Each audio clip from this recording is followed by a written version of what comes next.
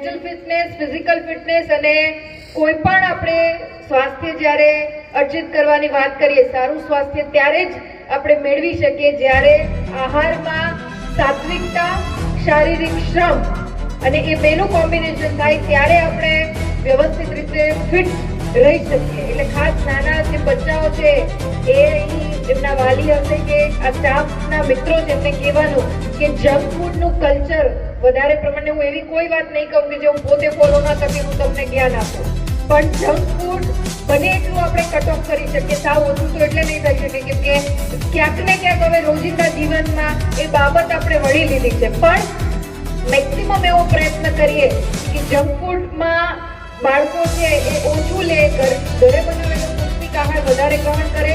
સાથે સાથે મોબાઈલ અને ટેકનોલોજીના યુગમાં ફિઝિકલ ફિટનેસ ક્યાંક પાછળ ના છૂટી જાય. પહેલા એવું હતું, મહેન્દ્રસિંહ બાપુને ખ્યાલ હશે કે એમના વડીલોને ઘરે બધા ધક્કો મારતા કે ભાઈ બારે રમવા જાઓ, બરાબર. હવે બારે ગ્રાઉન્ડમાં રમતો તો ઘરે ખેંચવા પડતા. હવે એવું ઓપોઝિટ થઈ ગયું છે કે આપણે બાળકોને પુશ કરવા પડે છે કે ભાઈ મોબાઈલ મૂકી અને તમે ગ્રાઉન્ડ ઉપર રમવા જાઓ. એટલે આ કોન્ટ્રાડિક્શન મોબાઈલ ટેકનોલોજીના યુગમાં ક્યાંક જોવા મળે છે. ત્યારે ખાસ વિનંતી કે રોજની અમુક કલાકો એ આપણે ફિઝિકલ ફિટનેસ પાછળ અચૂક આપવી જોઈએ. એમાં પેરેન્ટ તરીકે પણ આપણે પાર્ટિસિપેટ કરીશું તો બાળકોને પણ એક ઉત્સાહ રહેશે.